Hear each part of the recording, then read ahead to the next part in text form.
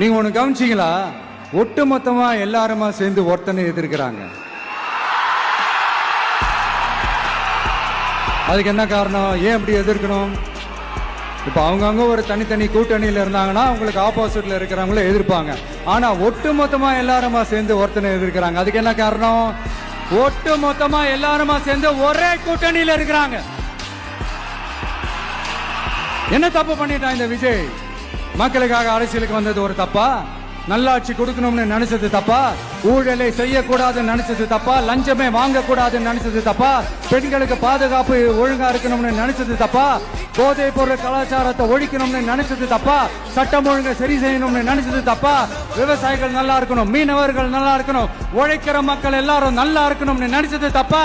ஆனா மக்களே நல்லா இருப்போம், நல்லா இருப்போம், எல்லாரும் நல்லா இருப்போம்.